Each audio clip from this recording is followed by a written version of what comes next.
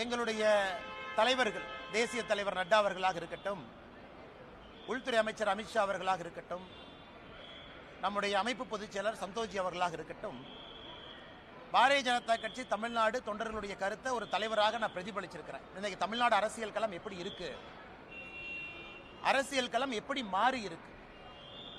ஒரு India today approval rating, அந்த C voter survey நேற்று ஒன்று போட்டாங்க. அந்த சி ஓட்டர்ல ஒரு மாநிலத்தினுடைய முதலமைச்சருடைய அப்ரூவல் ரேட்டிங் வெறும் 27% இருக்கு. வெறும் 27%. இந்தியாவில் ஒரு மாநிலத்தினுடைய எவ்வளவு மோசமான முதலமைச்சராக இருந்தாலும் ஒரு 40-43% இருப்பாங்க. நல்ல முதலமைச்சராக இருந்தால் 65% போவாங்க. ஒரு மாநிலத்தினுடைய முதலமைச்சருடைய அப்ரூவல் ரேட்டிங் 27%. அதாவது நாலில் 3 பேர் வேண்டாங்கிறாங்க, 4ல் ஒருத்தர் தான் வேணுங்கிறாங்க. அது எங்களுடைய கள ஆய்வும் கூட அதே தான் சொல்லுது. அதே நேரத்தில் தமிழகத்தில் பிரதான கட்சிகள் எப்படி இருக்கிறாங்க, பாரதிய ஜனதா கட்சி, தேசிய ஜனநாயக கூட்டணி, நம்மோடு இருக்கக்கூடிய அண்ணன் டிடிவி தினகரன் அவர்களாக இருக்கட்டும், அண்ணன் ஓபிஎஸ் அவர்களாக இருக்கட்டும், தென் தமிழகத்தினுடைய சூழ்நிலை எப்படி. தமிழகத்தை பொறுத்த வரைக்கும் எல்லா ஜோனும் ஒரே மாதிரி மக்கள் ஓட்டு போட மாட்டாங்க. தென் தமிழகம் வேறு, வாக்கு செலுத்துவதிலே கொங்கு பகுதி வேறு, மத்திய மண்டலம் வேறு, டெல்டா பகுதி வேறு, சென்னை சுற்றி இருக்கக்கூடிய 36 தொகுதிகள் வேறு. ஏன்னா நீங்கள் தென் தமிழகம் எடுத்தீங்கன்னா மதுரை கீழே 60 தொகுதிங்கன்னா 60 தொகுதியினுடைய பெர்ஃபார்மன்ஸ் வேற மாதிரி இருக்கும். கொங்கு பகுதி 54 தொகுதி. நீங்கள் தருமபுரி கிருஷ்ணகிரி இணைச்சிக்கிட்டீங்கன்னா 54 தொகுதி. 60-54 பார்த்தீங்கன்னா 114. சென்னையினுடைய 36, அதையும் சேர்த்துனீங்கன்னா 150. இந்த மூன்றினுடைய தன்மை என்ன? மிச்சம் இருக்கக்கூடிய 84 தொகுதிகள் வட தமிழகமாக இருக்கட்டும், மத்திய மண்டலமாக இருக்கட்டும். அதனால் இது எல்லாத்தையும் யோசிக்கணுங்கண்ணா. ஒரு கட்சி தமிழ்நாட்டில் ஜெயிக்கணும்னா 5 மண்டலத்தில் 3 மண்டலத்தை அந்த கட்சி ஜெயிக்கணும். ஒரு கூட்டணியோ கட்சியோ தமிழகத்தில் ஆட்சி களத்துக்கு வர்றாங்கன்னா இந்த 5 மண்டலத்தில் 3 மண்டலத்தை ஜெயிக்காம யாரும் ஆட்சிக்கு வரவே முடியாது. தென் தமிழகத்தையும் ஜெயிச்சு, கொங்கையும் ஜெயிச்சு, சென்னை உட்பட வேற எல்லா பகுதியிலையும் 3 குறைந்தபட்சம் ஜெயிக்கணும். ஸ்வீப் வரணும். 180-190 சீட் நீங்க அடிக்கணும். 234க்குன்னா 4 ஜெயிக்கணும். எனக்கு தமிழகத்தில் பத்திரிகை நண்பர்கள் நீங்களா இருக்கிறீங்க.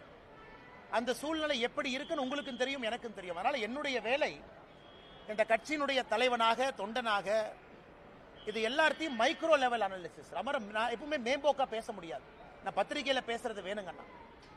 எங்களுடைய தலைவர்களுக்கு நான் ஒரு பிரீஃபிங் கொடுக்குறேன் அப்படின்னா மைக்ரோவா போகும். 234 தொகுதி தன்மை எப்படி, ஜாதிகளுடைய திங்கிங் எப்படி இருக்காங்க, ஜாதிகள் வேண்டாம் என்று நினைக்கின்றோம். ஆனால் ஓட்டிங் பேட்டர்ல இன்னைக்கு ஜாதிகள் ஒரு முக்கிய பங்கு வகிக்கிறாங்க. அவங்க எப்படி யோசிக்கிறாங்க, தலைவர்கள் எப்படி பார்க்கறாங்க, தமிழ்நாட்டினுடைய பொருளாதார சூழ்நிலை மக்கள் ஓட்டு செலுத்துவதில் மாற்றத்தை ஏற்படுத்துதா? குறிப்பா தென் தமிழகத்தை எடுத்துங்க. தண்ணி இல்ல, பெரிய பிரச்சனை. விவசாயம் நலிவடைந்திருக்கு. தொழில்துறை வளர்ச்சி இல்லை. அவங்க எப்படி பார்க்கறாங்க? அதனால் நான் என்ன பேசினேன் அப்படிங்கிறத நான் பத்திரிகை நண்பர்கள்ட்ட சொன்னா அது தவறா போயிருங்கன்னா, ரொம்ப டீட்டெயில்டாக, ஆழமாக, ஆதாரத்தின் அடிப்படையில் எப்படி தமிழ்நாடு இருக்கின்றது, எப்படி செல்ல வேண்டும், மக்களுடைய நலன் எப்படி இருக்கணுங்கிறத நாங்கள் பேசியிருக்கோம். அதனால் கூட்டணியை பற்றி எந்த வார்த்தையும் நான் பேச விரும்பல. அது நம்முடைய உள்துறை அமைச்சர் அமித்ஷா அவர்கள் நேற்று முன்தினம் டைம்ஸ் நவ் சம்மிட் டெல்லியில் பேசியிருந்தாங்க. நீங்கள் அதை பார்த்தீங்க. அதனால் அவருடைய கருத்தை, இந்த விஷயத்தை பொறுத்தவரை இறுதி கருத்தாக நீங்கள் எடுத்துக்கங்க. என்னை பொறுத்தவரை தமிழகம் நன்றாக இருக்கணும், மக்கள் நல்லா இருக்கணும்.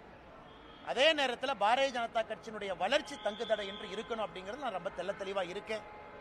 எனக்கு எந்த ஒரு தலைவரின் மீதோ எந்த ஒரு கட்சியின் மீதோ கோபம் கிடையாது, யாருக்கும் எதிரானவன் கிடையாது. பாரதிய ஜனதா கட்சியினுடைய வளர்ச்சி எனக்கு முதன்மை, தமிழகத்தினுடைய நலன் அதைவிட முதன்மை. அதனால பொறுத்திருந்து பாருங்க.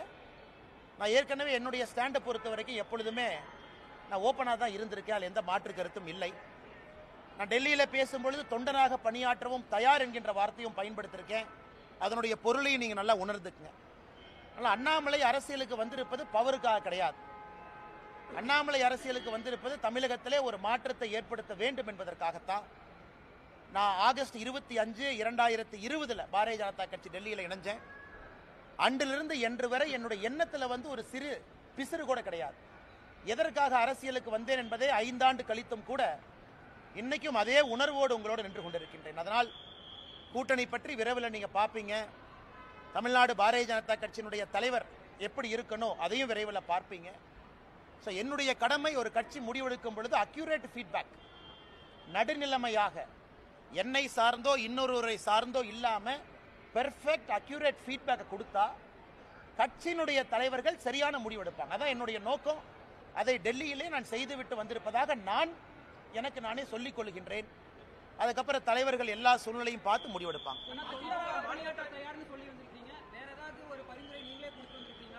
அண்ணே, அதை நான் பற்றி நான் பேச விரும்பலைங்கண்ணே. அது நான் அதுக்குள்ளே போக விரும்பலை. என்னை பொறுத்தவரை கட்சியினுடைய முக்கியமான தலைவர்கள் யார் இருக்கிறாங்க, யார் முடிவெடுக்கிறாங்க அப்படிங்கிறத தொடர்ந்து நான் பேசிக்கிட்டு இருக்கேன். அதை நான் இன்றைக்கும் அவங்ககிட்ட பேசியிருக்கேன். இன்றைக்கி சொல்லியிருக்காங்கன்னா, பாரத பிரதமர் நரேந்திர மோடி ஐயா ஏப்ரல் 6ஆம் தேதி தமிழ்நாட்டுக்கு வர்றாங்க. ராமேஸ்வரம், ராமநாதபுரத்துக்கு வர்றாங்க. இலங்கையிலிருந்து நேரடியாக டைரெக்டாக இலங்கையிலிருந்து ராமநாதபுரத்துக்கு வர்றாங்க. இலங்கை 5ஆம் தேதி போகிறாங்க இலங்கைக்கு. அது முடித்த பிறகு மண்டபத்துக்கு வர்றாங்க. மண்டபம் வந்த பிறகு பாரத பிரதமர் நரேந்திர மோடி ஐயா அவர்கள் பாம்பன் அந்த புதிதாக இந்த புதிய டெக்னாலஜியோடு வடிவமைத்திருக்கக்கூடிய பாலத்தை திறப்பு விழா செய்கிறாங்க. அதன் பிறகு கோவிலுக்கு போகிறாங்க. ஒரு முக்கிய ஜோதிர்லிங்க கோயிலாக இருக்கக்கூடிய ராமேஸ்வரம் கோயிலுக்கு போய் ஆண்டவன் தரிசனம் முடிச்சுட்டு government meeting, government public meeting, அதாவது பாரதிய ஜனதா கட்சியினுடைய பொதுக்கூட்டம் இல்லை, அரசு நடத்தக்கூடிய பொதுக்கூட்டத்தில் பிரதமர் பங்கேற்று புதிய திட்டங்களுக்கான அறிவிப்பு எல்லாம் செஞ்சுட்டு பிரதமர் அவர்கள் மதுரை வழியாக டெல்லிக்கு திரும்பி போகிறாங்க. இது ஏப்ரல் 6ஆம் தேதி நடக்குது. அதற்கான பணிகள் எல்லாம் கூட நம்முடைய கட்சி தொண்டர்கள் செய்து கொண்டிருக்கின்றார்கள். அதுவும் எங்களுக்கு முக்கியம். பிரதமர் அவர்கள் தேர்தலுக்கு பிறகு 2024 லோக்சபா தேர்தலுக்கு பிறகு தமிழ்நாட்டுக்கு வரக்கூடிய அவருடைய முதல் விசிட் இது. அதையும் வெற்றிகரமாக அந்த பகுதியில் நடத்தி காட்ட வேண்டும் என்கின்ற முனைப்போடு இருக்கிறோம். அதனால் அரசியல் என்ன நடக்கும், எப்படி நடக்கும், எந்த நேரத்தில் நடக்கும், அதெல்லாம் சரியான நேரத்தில் நடக்குங்கன்னா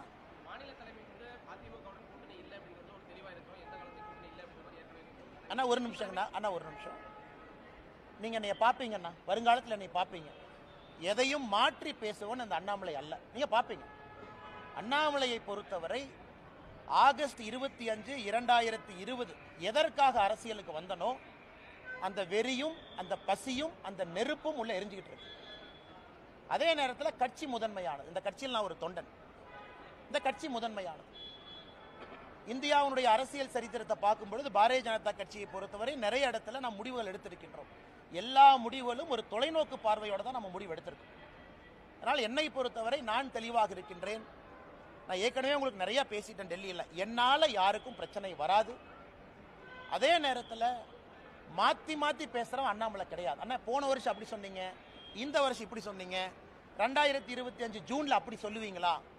என்னுடைய ஸ்டாண்ட் எப்பவுமே ஒன்று தாங்கண்ணா.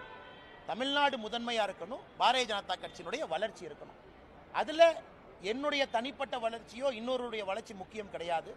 அதனால் வருகின்ற காலத்தில் நீங்கள் பார்ப்பீங்க என்னுடைய ஸ்டாண்ட் எப்பவுமே கன்சிஸ்டன்ட்டுங்கண்ணா. அதிமுக தலைவருக்கு எதிராக நீ கடுமையாக விமர்சிச்சிருந்தீங்க, எடப்பாடி பழனிசாமி அவர்களையும் விமர்சிச்சிருந்தீங்க. அந்த ஸ்டாண்ட் உறுதியாக இருக்கீங்களா?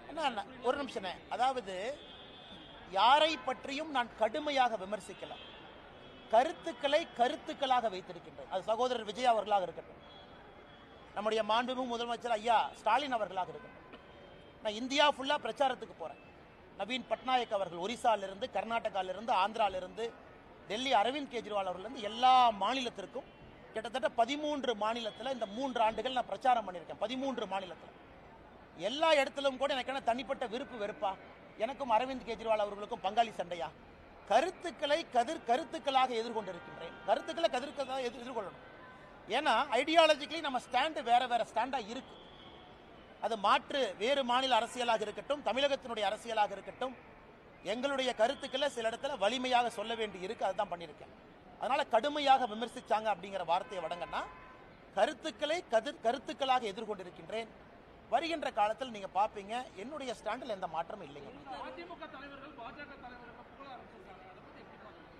அண்ணா நான் யாருடைய தனிப்பட்ட இதை பற்றி நான் கருத்து சொல்ல விரும்பலிங்கன்னா, அந்தந்த தலைவர்களை எப்படி பார்க்குறாங்க அப்படிங்கிறத அவங்க பிரதிபலிக்கிறாங்க.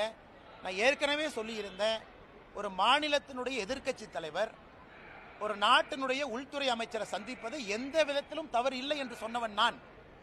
இன்னைக்கு தமிழ்நாட்டிலிருந்து ஃப்ளைட்டில் யார் ஏறினாலும் டெல்லிக்கு தான் வர்றாங்க, பாரதிய ஜனதா கட்சி தலைவர்களை தான் பார்க்குறாங்க அப்படின்னு மீடியாவில் நிறைய யூகம் எழுதுறீங்க. அண்ணன் செங்கோட்டையன் அவர்கள், மதிப்புக்குரிய அண்ணன் செங்கோட்டையன் அவர்களுடைய பயணம், அதில் யூகத்தை எழுதுறீங்க. பாரதிய ஜனதா கட்சியை பொறுத்தவரை திரைமறைவில் யாரையும் சந்தித்து பேச வேண்டிய அவசியம் பாரதிய ஜனதா கட்சிக்கு இல்லை. நாங்கள் எப்பொழுதுமே வெளிப்படையாக தான் இருக்கிறோம். காங்கிரஸ் போல டெல்லியில் அமர்ந்து தமிழ்நாட்டினுடைய அரசியலை பாரதிய ஜனதா கட்சி எப்பொழுதும் கட்டுப்படுத்தாது. அது பாரதிய ஜனதா கட்சியினுடைய சரித்திரமே சாட்சி. அதனால மீடியாவில் வரக்கூடிய யூகங்களுக்கு நான் பதில் சொன்னால் அது தவறாக போயிருங்கண்ணா. டெல்லிக்கு போயிட்டு வந்த உடனே செங்கோட்டையன் அவர்களுக்கு வந்து ஒய்பிரிவு பாதுகாப்பு கொடுத்துருந்தாங்க. யாரையும் தனிப்பட்ட முறையில் பேச வேண்டியது இல்லை அப்படின்னு. அண்ணே, விஜய் அவர்களுக்கு பாதுகாப்பு இருக்கு. இன்னைக்கு விஜய் அவர்களுக்கு பாதுகாப்பு கொடுத்த காரணத்திற்காக இல்லை. அப்போ பாஜகவும் அதாவது மத்திய ஆளுகின்ற ஆட்சியும் விஜய் அவர்களுக்கும் ஒரு தனிப்பட்ட உடன்படிக்கை இருக்கா? இல்லை. அவர் பாரதிய ஜனதா கட்சியின் மீது ஆக்ரோஷமான கருத்துக்களை வைக்கிறாரு, பதிலுக்கு நாங்கள் வைக்கிறோம். அதனால் அந்த செக்யூரிட்டிக்குள்ள நான் போக விரும்பலைங்கண்ணா. எல்லாருக்குமே தமிழ்நாட்டினுடைய சரித்திரத்தை பாருங்க. நமக்கு நேர் எதிர்கட்சிகளாக இருந்தவங்களுக்கு முதல்ல என்எஸ்ஜிஎல்லாம் இருந்துச்சு, நேஷனல் செக்யூரிட்டி கார்டு. இப்போ அது சிஆர்பிஎஃப்ஆ மாறிடுச்சுங்கண்ணா. நம்மை பொறுத்தவரை மாநில அரசு ஒருத்தருக்கு செக்யூரிட்டி கொடுக்க தவறும் பொழுது மத்திய அரசு ஸ்டெப் இன் பண்றாங்க. அப்படித்தான் நான் பார்க்குறேங்கண்ணா. மாநில அரசினுடைய ஸ்டேட் செக்யூரிட்டி கேட்டகரைசேஷன் கமிட்டின்னு ஒன்று இருக்கு. ஏடிஜி இன்ட் லா அண்ட் ஆர்டர்லாம் அதில் இருக்காங்க. அவர்கள் முறையாக கொடுக்கும் பொழுது அதில் எங்கேயுமே விருப்பு வெறுப்பு இருக்கக்கூடாதுன்னு நினைக்கிறோம். அதனால் மத்திய அரசு யாராச்சும் ஒருத்தர் கொடுக்குறாங்க, அதில் ஒரு அரசியல் காரணம் அப்படின்னு யாராச்சும் கற்பிக்க நினைத்தால் அதை நான் இந்த நேரத்தில் மறுக்கிறேன். Ex MLA, ex minister, sitting MLA, ex minister அதே போல நிறைய பேர் இருக்காங்க. ஆனால் அவருக்கு மட்டும் ஏன் ஒரு கேள்வி தானே நடக்கூடிய அரசியல். ஆனால் எனக்கு தெரியலீங்கண்ணா, நீங்கள் அந்த செக்யூரிட்டி கேட்டகரைசேஷன் கமிட்டி, அரசியல் சூழல், குறிப்பாக தொண்டர்கள் வருவது, பாதுகாப்பு, காரணம், கருத்துக்கள் பேசுவது, அதை பற்றி நான் சொல்ல விரும்பலீங்கன்னா இருக்கலாம். இன்டெலிஜென்ஸ் ஏஜென்சிஸ் என்ன பிக் பண்ணுறாங்க, அந்த செக்யூரிட்டி கேட்டகரைசேஷன் கமிட்டியில் என்ன யோசிக்கிறாங்க, இதெல்லாம் கூட ஒரு காரணமாக இருக்குங்கண்ணா. பட் நான் விஜய் அவர்களுக்கும் இதே தான் சொல்கிறேன், அண்ணன் செங்கோட்டையன் அவர்களுக்கு இதே தான் சொல்கிறேன். மாற்று கருத்து பேசக்கூடிய நண்பர்களுக்கும் நம்ம கொடுத்துருக்கிறோமே, அப்போ நமக்கும் விஜய் அவர்களுக்கும் உறவா? நிச்சயமாக கிடையாது. அப்போ நமக்கும் செங்கோட்டையன் அண்ணனுக்கும் உறவா? நிச்சயமாக கிடையாது. இது அந்த ரீதியில் தான் நீங்கள் பார்க்கணுங்க. மேடம் கேளுங்க மேடம். மேடம் இன்னவே எல்லா அரசியல் கட்சிகளும் அவர்களுடைய நிலைப்பாட்டை தெரிவிச்சிட்டாங்கன்னா மக்களுக்கு அது ரொம்ப சௌரியமாக போயிடும். சகோதரர் விஜய் அவர்களாக இருந்தாலும் கூட அரசியல் எதுக்கு வந்திருக்காங்க, யாரை எதிர்க்கிறாங்க, என்ன காரணத்திற்கு இங்கே அரசியல் பண்ணுறாங்க, அந்த நிலைப்பாட்டை தெரிவிக்கணும். அதனால் சகோதரர் அவர்கள் விஜய் அவர்கள் நிலைப்பாட்டை தெரிவிச்சுக்கிறாங்க, நான் வரவேற்கிறேன், நோ ப்ராப்ளம். இதுக்கு தான் அரசியல் வந்திருக்கேன். பட் நாங்கள் திமுகவையும் எதிர்க்கின்றோம், இப்படித்தான் எதிர்க்கிறோம். அதாவது திமுகவை எதிர்க்கும் பொழுது பாரதிய ஜனதா கட்சியினுடைய கொள்கையும் திமுக கொள்கையும் 1008 வித்தியாசம் இருக்கு. திமுக 2 மொழி, நாங்கள் 3 மொழி பேசுகிறோம். திமுக நீட்டு வேண்டாம், நாங்கள் நீட்டு வேண்டுன்னு சொல்கிறோம். திமுக வக்ஃப் போர்டுக்கு எதிரி, நாங்கள் வக்ஃப் போர்டு வேணும்னு சொல்கிறோம். இது எதிர்ப்பு, அதாவது கொள்கை ரீதியான எதிர்ப்பு. அதனால் இன்னைக்கு மக்கள் அரசியல் கட்சிகளை பார்ப்பாங்க. வெறுமனே எதிர்க்கிறீங்களா, பேச்சுக்காக எதிர்க்கிறீங்களா, இல்லை எதிர்க்கிறீங்கன்னா உங்களுடைய கொள்கை அடிப்படையிலே மாறுபட்ட கொள்கையா, இது மக்கள் பார்ப்பாங்க. இன்னைக்கு பாரதிய ஜனதா கட்சியினுடைய எதிர்ப்பு என்பது அடிப்படையிலே மாறுபட்ட கொள்கையோடு திராவிட முன்னேற்ற கழகத்தை நாம் எதிர்த்து கொண்டிருக்கின்றோம்.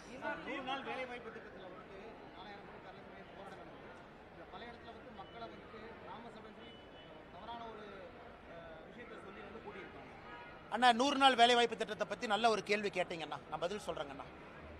அண்ணா தமிழ்நாட்டை பொறுத்த வரைக்கும் சில டீட்டெயில்ஸ் நான் கொடுக்குறேங்கண்ணா, நல்லா எழுதி வச்சுக்கங்கண்ணா. எந்த அளவுக்கு ஃப்ராடுத்தனம் இங்கே இருக்கக்கூடிய திராவிட முன்னேற்ற கழகத்தினுடைய ஆட்சியாளர்கள் செய்கிறாங்க அப்படிங்கிறத, எந்த அளவுக்கு ஃப்ராடுத்தனம் பண்ணுறாங்க நீங்கள் பார்க்கணுங்கண்ணா. ஆனால் அதாவது நான் சொல்கிறது நல்லா கேட்டுங்கண்ணா, தமிழ்நாட்டை வர பின்தங்கிய மாநிலங்கள் இந்தியாவில் நிறையா இருக்குங்கண்ணா. தமிழ்நாட்டை விட கிராமப்புற மாநிலங்கள் நிறையா இருக்குங்கண்ணா. தமிழ்நாட்டை விட கிராமப்புற மாநிலங்கள். இன்னைக்கு இந்த 100 நாள் வேலைவாய்ப்பு திட்டம் நாம ஆட்சிக்கு வந்த பிறகு எல்லா மாநிலங்களுக்கும் கொடுத்திருக்கக்கூடிய நிதி நான் படிக்கிறேங்கண்ணா. ஆந்திராவை பொறுத்த வரைக்கும், ஆந்திர பிரதேச பொறுத்த வரைக்கும் 2021-22 மேடம் நான் சர்க்குலேட் பண்றேன், நீங்க நோட்ஸ் பெருசா எடுக்க வேண்டாம், உங்களுக்கு அந்த டேட்டா கைக்கு வந்துடும். 21-22, 22-23, 23-24, 24-25 4 வருஷங்கண்ணா. 4 ஆண்டுகள் ஆந்திராவுக்கு மொத்தமாக நாம் கொடுத்திருப்பது 30,063 கோடி. பீகார் தமிழ்நாட்டை விட பின்தங்கிய மாநிலம், கிராம பகுதிகள் அதிகமாக இருக்கக்கூடிய மாநிலம். பீகாருக்கு 4 ஆண்டுகள் நாம் கொடுத்திருப்பது 24,726 கோடி. குஜராத் 4 ஆண்டுகள்ல 100 நாள் வேலைவாய்ப்பு திட்டம் குஜராத் நல்லா கவனிச்சுக்கங்கண்ணா. குஜராத்துக்கு நாம் கொடுத்திருப்பது வெறும் 6,613 கோடி. கர்நாடகா பிஜேபி அரசு இடையில் இருந்தாங்க, 4 ஆண்டுகளுக்கு நாம் கொடுத்திருப்பது 23,226 கோடி. கேரளாவிற்கு 13,000 கோடி, மத்திய பிரதேஷ் தமிழ்நாட்டை விட பின்தங்கிய மாநிலம் 26,000 கோடி, ஒரிசா 18,000 கோடி, ராஜஸ்தான் 35,000 கோடி. தமிழ்நாட்டை விட 4 மடங்கு மக்கள் தொகை, தமிழ்நாட்டை விட அதிகமான கிராமங்கள் இருக்கக்கூடிய உத்தரப்பிரதேஷ்க்கு நம்ம 4 ஆண்டுகளில் கொடுத்தது 38,000 கோடி. இந்தியாவில் அதிகமாக 100 நாள் வேலை வாய்ப்பு திட்டம் நாம் கொடுத்த நிதி இந்திய அரசியல் சரித்திரத்தில் தமிழ்நாடு. கடந்த 4 ஆண்டுகளில் 39,333 கோடி ரூபாய். யூபி தமிழ்நாட்டை விட 3 மடங்கு மக்கள் தொகை அதிகம், தமிழ்நாட்டை விட கிராமம் அதிகம். அவங்க நடத்தாத 100 நாள் வேலைவாய்ப்பு திட்டத்தை அவன் நடத்திட்டு இருக்கா? என்ன கதை விட்டுட்டு சுத்துறாங்களா? அப்ப யாரு பேர்ல நீ போலி கணக்கு எழுதுற? யூபியில 23 கோடி மக்கள், 24 கோடி. யூபியில 38,687 கோடி. தமிழ்நாட்டில் 8.5 கோடி மக்கள் தொகை. தமிழ்நாட்டில் எவ்வளவு காசு வாங்கியிருக்காங்க? 39,338 கோடி. இதை கனிமொழி அக்கா பார்லிமெண்ட்ல பேச மாட்டாங்களா? நான் டேட்டா உங்களுக்கு இப்ப முடிச்சோன்னே கொடுக்குறேன், டேபிள் போட்டு.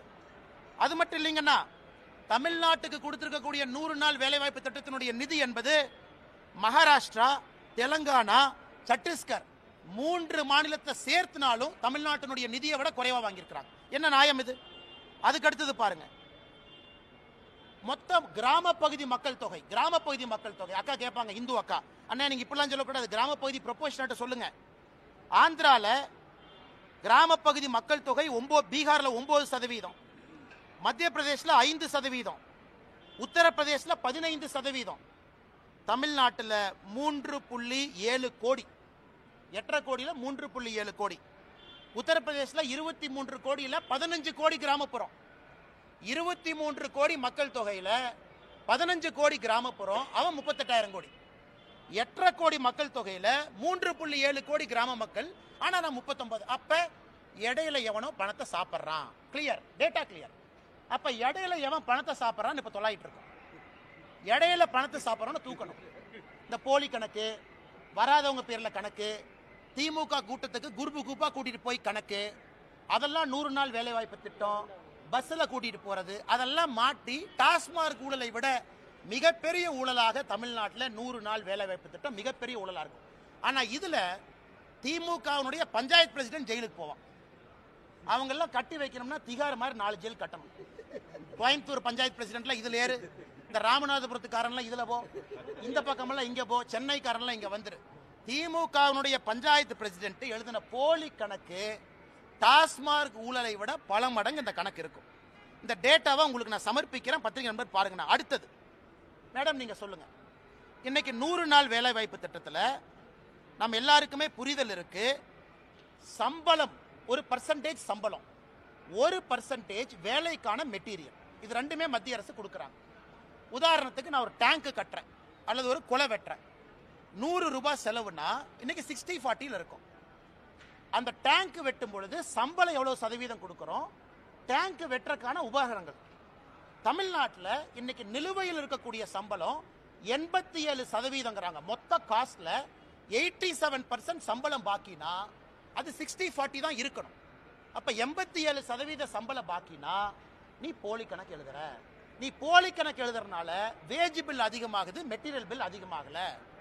இதையெல்லாம் நான் மத்திய அரசுக்கு கடிதமாக ஆதாரபூர்வமாக ஈரோட்டில் ஒரு பஞ்சாயத்து எடுத்து, ஒரு பஞ்சாயத்தில் மட்டுமே நடக்கக்கூடிய தவறுகளை நான் கடிதம் எழுதிட்டேன்.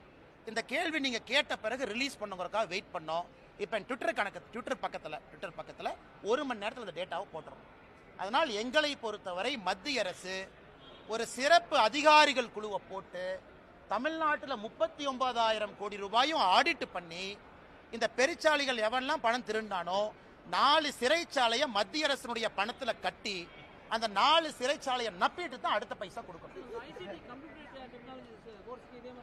நான் சொல்றது கரெக்ட் தானே? இந்த டேட்டாவை பார்த்துட்டு மேடம் என்கிட்ட, அண்ணா நீங்க கொடுத்த டேட்டா தப்பு, 15 கோடி கிராம மக்கள் தொகை, 23 கோடி யூபி, அவன் 38,000 கோடி, 8.5 கோடி மக்கள் தொகையில 3.5 கோடி கிராமப்புறம், நாம 39,000 கோடி. இந்த மாதிரி அல்வா எங்கேயாச்சும் இந்தியாவில் பார்த்துருக்கீங்களான்னா இதை நாங்க பேசக்கூடாதாமா. இதுல அடுத்த கட்ட அல்வா பாருங்க. இதுல கிராம சபையை கூட்டுறாங்க, எல்லாம் கிராம சபை ஒடியாங்க. சரி, மக்கள் ஏதாவது ஸ்கீம் அனௌன்ஸ் பண்ணுவாங்கன்னு போனா மோடிக்கு எதிராக கொடி பிடிங்கிறான். அதுலதான் கிராம சபையில மக்கள் கொந்தளிச்சு எழுந்து, ஏயா 39,000 கோடி அந்த மனுஷன் பணம் கொடுத்துருக்கான். நீ பொய் கணக்கு எழுதி அந்த மனுஷன் தெரிஞ்சும் பணம் கொடுத்துருக்கான் மக்களுக்கு போட்டுன்னு. அந்த மனுஷனுக்கு எதிராக நீ கொடி பிடிக்க வைக்கிறேன்னு கிராம சபை கூட்டத்தில் திட்டினதுக்கு அப்புறம் துண்டகணம் துடிக்கணும் அமைச்சரெல்லாம் ஓடி இருக்கிறாங்க. அண்ணன் KKSSR ராமச்சந்திரனை பார்த்தேன். அதனால் பத்திரிகை நண்பர்கள்ட்ட அன்பான வேண்டுகோள், இந்த 100 நாள் வேலைவாய்ப்பு திட்டத்தினுடைய ஊழலை பெரிய அளவில் நீங்கள் எடுத்து பேச வேண்டும் என்று தாழ்மையோடு நான் கேட்டுக்கிறேன். ஏன்னா இது ஏழை மக்களுக்கு போற காசு. இதை ஏன் சீரியஸா நான் பேசுறேன், நான் அரசியல் பேசினா கூட இது ஏழை மக்களுக்கு போற காசு. இதை எவனா இடையில பொய் கணக்கு எழுதி திருடுறான். அதை விடக்கூடாது. என் ட்விட்டர் பக்கத்துல 1 மணி நேரத்தில் அந்த கணக்கை நான் போடுறேன். நீங்க பார்த்துட்டு அதன் பிறகு நீங்க சமாதானமாகி டிவியில் நீங்க பேசுங்க. தலைவா, ஆமா ICT அது வர்றங்கண்ணே. அதில் கொஞ்சம் அன்பில் மகேஷனுடைய ஒரு பினாமி கம்பெனி அதில் இருக்குங்கண்ணே, ஒரு அண்ணா நகர் கம்பெனி ஒன்று, அதையும் நான் எடுத்திருக்கேங்கண்ணே. இவங்க தான் இந்த CBI ப்ராசிக்யூஷன் சாங்ஷன்லாம் பிடுங்கி வச்சிருக்கிறாங்க. உதாரணத்துக்கு சவுக் சங்கர் மேட்டர், அதெல்லாம் கனெக்டட் தான். சவுக் சங்கர் மேட்டர்ல மத்திய அரசனுடைய பணம், நமஸ்தே அப்படிங்கிற ஒரு திட்டம் நம்மளுக்கு, நமஸ்தே திட்டம். யாரெல்லாம் பணியாளர்கள் இருக்கிறாங்க, தூய்மை பணியாளர், அவங்கள ஓனர் ஆக்கக்கூடிய திட்டம். நல்லா புரிஞ்சுக்கணும், தூய்மை பணியாளர்களை ஓனர். ஐயா நீங்க எதுக்கு வேலை பார்க்குறீங்க, நான் உங்களுக்கு லோன் கொடுக்குறேன், நீங்க வண்டி வாங்குங்க. நீங்க செப்டிக் டேங்க் கிளீன் பண்ணுமா, மிஷின் வாங்குங்க, நீங்க அதை கிளீன் பண்ணுங்க அப்படிங்கறத நமஸ்தே திட்டம். தமிழ்நாட்டில் அம்பேத்கர் ஐயா பேர்ல அந்த திட்டத்தை பேரை மாத்தி மத்திய அரசுடைய பணம் வருது. 2 cooperative bank, Kanchipuram, Chennai central cooperative bank. 2 பேங்க்ல எப்படி போலித்தனமாக அக்கவுண்ட் ஆரம்பிச்சு எப்படி போலித்தனமா அந்த பணத்தை ஸ்விண்டில் பண்ணிருக்கான்னு காட்டுறேன். ஆனா இதுக்கும் என்னால CBI போக முடியலையே. மத்திய அரசு பணமா இருந்தாலும் காங்கிரசினுடைய தலைவர் செல்வ பெருந்தகை ஊழல் பண்ற ஆதாரம் கையில் அப்படியே இருக்கு, லட்டு மாதிரி இருக்கு. ஆனாலும் CBI உள்ள வர முடியல. காரணம், ப்ராசிக்யூஷன் சாங்ஷன் வித்ட்ரா பண்ணிருக்கிறாங்க. அதனால் போராட்டம் போறோம், எடுக்க போறோம், எத்தனை நாள் தப்பிச்சு போயிருவாங்க பார்க்கலாம். இவ்வளவு ஊழல்கள் நடக்குது. இந்த அதனாலதான் முதலமைச்சருக்கு 27% அதிகம், 2.7 இருந்திருக்கணும். அது ஏதோ டாட் சென்டர்ல மிஸ் ஆகி அது 27 வந்துருச்சு.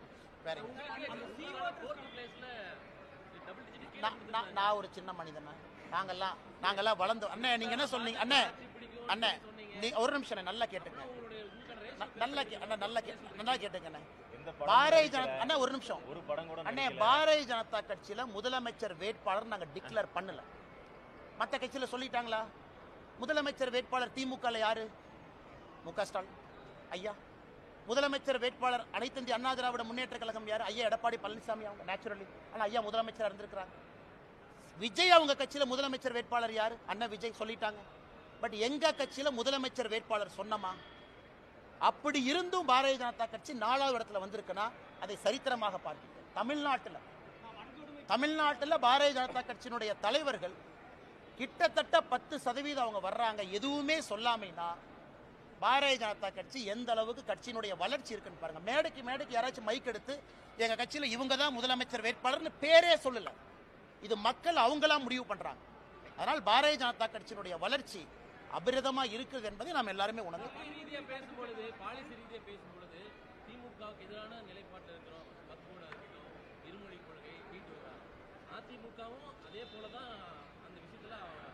அண்ணா எப்ப கூட்டணி அனௌன்ஸ் பண்றாங்களோ அன்னைக்கு அந்த கேள்வி எல்லாம் கேளுங்க தலைவா.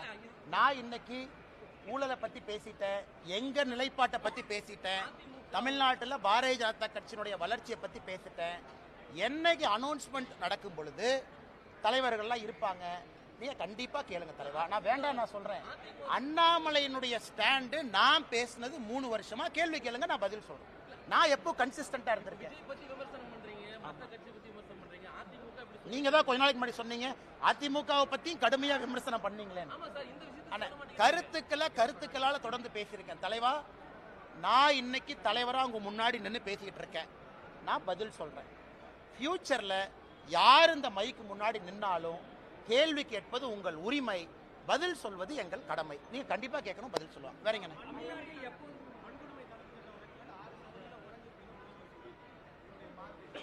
அண்ணே, நம்ம முதலமைச்சரை பொறுத்த வரைக்கும் டேட்டாவை கையில் எடுத்துக்குவாருண்ணே. எந்த பீரியடுக்கு குறைஞ்சிருக்குன்னு பின்னாடியே போவார். சட்டசபையில் சட்டம் ஒழுங்கு 2011-12 பார்த்தீங்கன்னா சட்டம் ஒழுங்கு குறைஞ்சிருக்குங்கிறார்.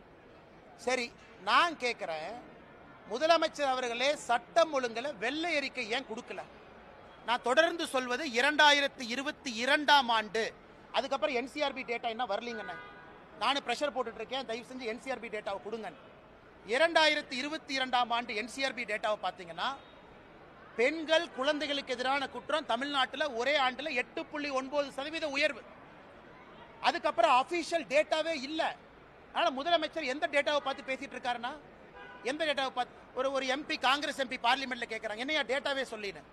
அமைச்சர் சொல்றாங்க, அண்ணே டேட்டா நான் சொல்ல முடியாது, மாநில அரசு டேட்டா கொடுத்தா தான் நான் கொடுக்க முடியும். மாநில அரசு டேட்டா கொடுக்க மாட்டாங்க, கொடுத்தா தானே என்சிஆர்பியில வரும். ஸோ இவங்களுடைய ஆட்சி வந்த பிறகு குற்றங்கள் அதிகமாக இருக்கு. இது பாராளுமன்றத்தில் அஸ்வினி வைஷ்ணவ் அவங்க பதில் சொல்லியிருக்காங்க. மேடம், நீங்க தமிழ்நாட்டில் டேட்டா கொடுத்தா பப்ளிஷ் பண்றதா எங்க வேலை. தமிழ்நாட்டு அரசு கிட்ட போய் டேட்டா வலுக்கட்டாயமாக வாங்கக்கூடிய உரிமை எங்களுக்கு இல்லை. அதனால முதலமைச்சர் அவர்கள் எந்த காலகட்டத்தை பார்த்துட்டு இருக்காரு, எங்க பப்ளிக் டேட்டா எங்க? பத்திரிகை நண்பர்களுக்கு வெள்ளை அறிக்கை பப்ளிக் டேட்டா கொடுக்கணும். 2021, 22, 23, 24, 25 வேண்டாம், உங்க முன்னாடி கொடுக்கட்டும். உமன் அண்ட் சில்ட்ரன் எவ்வளவு, கேங் ரேப் எவ்வளவு, அட்ராசிட்டி அகேன்ஸ்ட் உமன் எவ்வளவு, SC ST prevention of atrocity act என்ன, எதுவுமே இல்லாம எப்படி நான் பதில் சொல்றது? எந்த பீரியட், எந்த காலகட்டம், எந்த ரேஷியோ?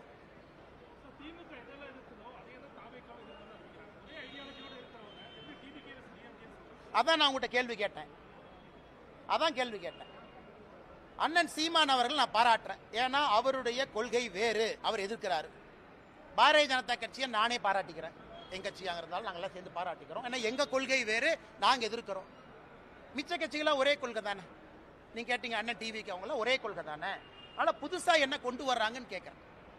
அதனாலதான் நாங்க தைரியமா இருக்கிறோம். தேசிய ஜனநாயக கூட்டணி வரக்கூடிய தேர்தலில் பெரிய அளவில் வெற்றி வாய்ப்பை கொண்டு வரும் என்கிற நம்பிக்கை எனக்கு இருக்கு. ஏன்னா முதலமைச்சருடைய அப்ரூவல் ரேட்டிங்கே 27%. என்ன இந்தியாவில் எங்கேயாச்சும் அநியாயம் பார்த்துருக்கீங்களா? அந்த அநியாயம்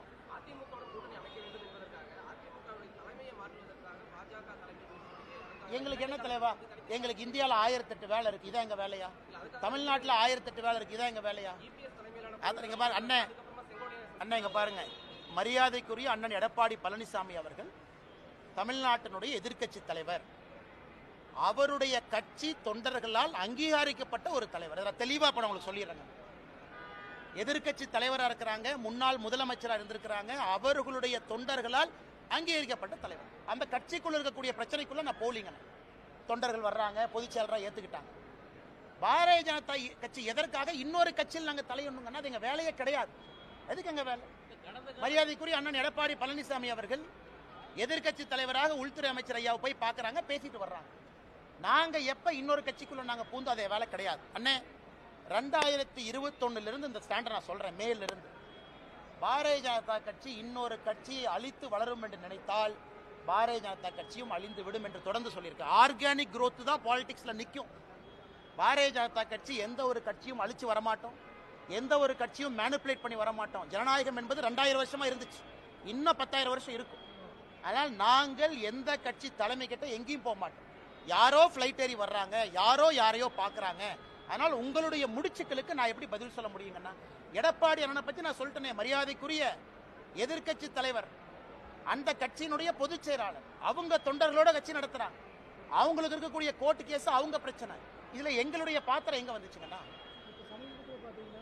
கடைசி கேள்வி எடுத்துக்கலாமானே? அதுதான் பதில் சொல்லணும்ல. திராவிட முன்னேற்ற கழகத்துக்கு எதிராக தமிழகத்திலே அதிக போராட்டங்களை நடத்தியவங்க யாரு? பாரதிய ஜனதா கட்சி. திமுகவுக்கு எதிராக அதிக டிஃபமேஷன் கேஸ் 1440 கோடி ரூபாய் யாரு மேல இருக்கு? என் மேல. கடந்த 4 ஆண்டுகள்ல தமிழகத்தில் ஒரு கட்சி தலைவரின் மீது அதிக எஃப்ஐஆர் போட்டிருக்காங்க. நான் எனக்கு செகண்ட் காம்படிஷன் இல்லை, நான் தான் ஃபர்ஸ்ட். இந்த செகண்ட் ரேஸே இல்லை. எனக்கு போடப்பட்ட எஃப்ஐஆர்ல 10% கூட எனக்கு பின்னாடி இருக்கிற தலைவர் மேல போடல. வீட்டு கொடிக்கம்ப பிரச்சனை ஒன்னு அனலைஸ் பண்ணி பாரு. திராவிட முன்னேற்ற கழகத்தை தீர்க்கமாக எதிர்த்து தினமும் பேசுறது யார்? ஊழலை வெளியே கொண்டு வர்றது யார்? ஒரு ஊழலாக சுட்டி காட்டுவது யார்? இங்கிருந்து டெல்லிக்கும் அங்கிருந்து பிரச்சனையை தீர்ப்பது யார்? ஆனா என்ன போச்சுன்னா, வாய் வியாபாரிகளுக்கு என்னன்னா, மாமனார் பணம் இருக்கு, கொளுத்து போய் கிடக்குறாங்க, மைக் இருக்கு, மைக் ஓசியில வந்துருது, மாமனார் பணம் பின்னாடி இருக்கு, என்ன வேணாலும் பேசலாம். அது தமிழ்நாட்டு அரசியலுடைய சாபக்கேடு. அவங்க எங்க வேலை பார்த்தாங்க, சர்வீஸ் பண்ணாங்களா? 10 ஆண்டு காலம் மத்திய அரசுக்காக உயிரை துச்சமன மதிச்சு புல்லட்டை எழுத்து நின்னாங்களா? கிடையாது. சோசியல் சர்வீஸ்னா என்னன்னு மக்களுக்கு அடிப்படையில், என் காலேஜ் முடிச்சோன்னே ஒரு பிரைவேட் கம்பெனிக்கு வேலைக்கு போனா இதுவரை தனியார் நிறுவனத்தில் 1 ரூபாய் நான் சம்பாதிச்சது கிடையாது. 1 ரூபாய். ஏன்?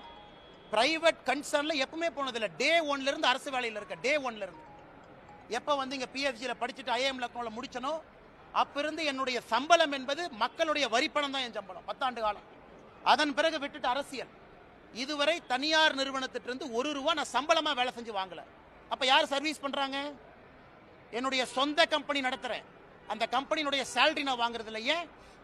சேலரி வாங்கினா கான்ஃபிளிக்ட் ஆஃப் இன்ட்ரெஸ்ட் வரும். நான் இன்னைக்கு பஞ்சாயத்து தலைவர் கூட கிடையாது. இதெல்லாம் நான் பேச மாட்டேன். தனிப்பட்ட பிரச்சனையா இருந்தாலும் நீங்க கேட்கிற கேள்விக்காக நான் பேசுறேன். சொந்த நிறுவனம் என்னுடைய பேர்ல இருக்கு. 40% நான் ஷேர் ஹோல்டர். அந்த நிறுவனத்தினுடைய மாச சம்பளத்தை நான் வாங்குறது இல்லையே. அதை ஒரு 4 பேர் பேசுவான். இல்ல இந்த கம்பெனி போய் இங்க கான்ட்ராக்ட் போட்டாங்க, இந்த போட்டாங்க, அங்க போட்டாங்க. அதுவும் பண்றது இல்லையே. ஒரு நேர்மையாக ஒரு அரசியல்வாதியாக வாழ வேண்டும் என்று கொண்டிருக்கின்றேன். அப்புறம் எப்படி என்னை பத்தி அப்படி கருத்து சொல்லானே?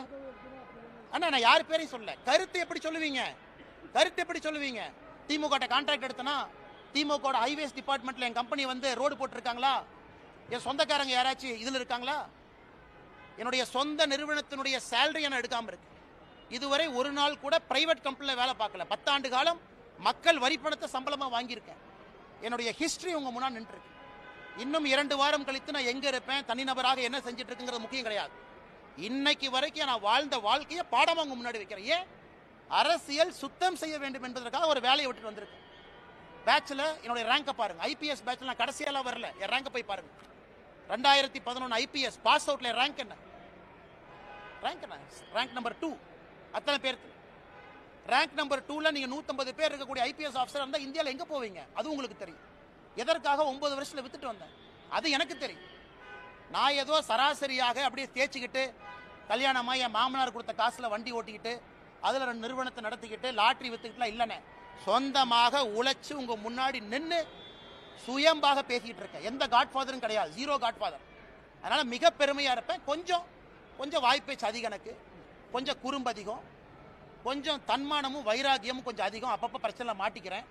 அதுக்காக பிரச்சனை வந்தாலும் தன்மானத்தையும் வைராகியத்தையும் எப்போ விட மாட்டேன். எந்த பிரச்சனை வந்து தனி மனிதனாக விவசாயம் செஞ்சாலும் திரும்ப வந்துகிட்டே தான் இருக்கும். கட்சி முதன்மை தெளிவா சொல்லிட்டேன். நான் தொண்டனாக இருப்பதற்கும் தயார் தெளிவா சொல்லிட்டேன். நான் இங்க பவருக்காக வரல தெளிவா சொல்லிட்டேன். அதே நேரத்தில் என் ஸ்டாண்டும் மாறாது அதையும் தெளிவா சொல்லிட்டேன். கட்சி முடிவெடுக்கும் பார்த்துட்டு இருக்கேன். தேங்க்யூ தலைவா. பொலிட்டிக்கல் கிளாஸே எடுத்திருக்கிறோம்.